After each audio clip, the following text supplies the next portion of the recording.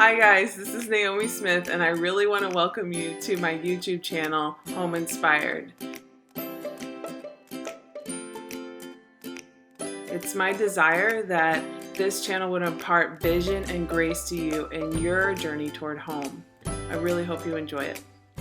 Okay, so we were praying about it and I felt like God kind of wanted us to talk about the fruit of sex, one of the fruits of sex, which is babies. Anyone who's had babies and in the context of, being married and all of that, that your sex life goes through ebbs and flows.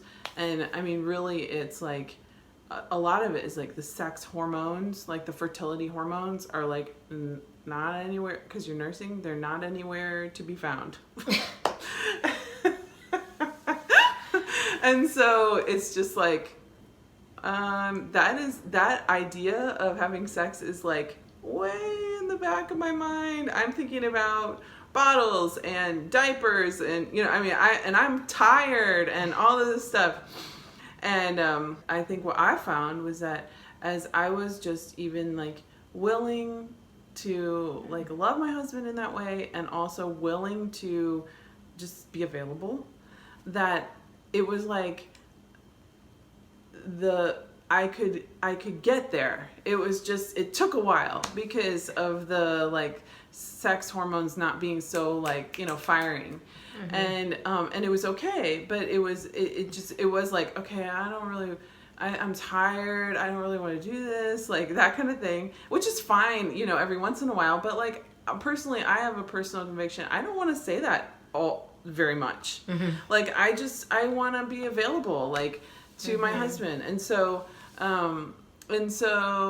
I would make myself available, and then as we were going, it was oh yeah, I love this was really good, and this is really important to do, and this is binding us together again, mm-hmm. and this is a spiritual act of worship, and this is this is good. It's kind of it's like what you said. It's sometimes when in the morning I don't want to really thank God, but I start to thank God, and then it's oh yeah, God, mm-hmm. you're so good to me, oh, I love you so much. It's it turns my affections back. Sex mm-hmm. can turn my affections back to my husband. It's such an amazing mm-hmm. thing. That's good. Yeah. So I did have a child outside of marriage. It was not obviously how I wanted it to be, but that's what happened.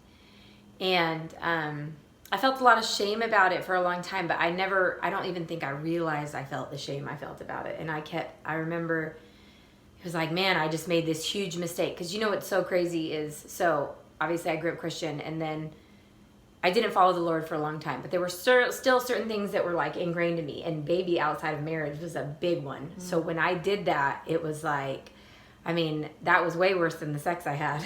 It was this whole thing.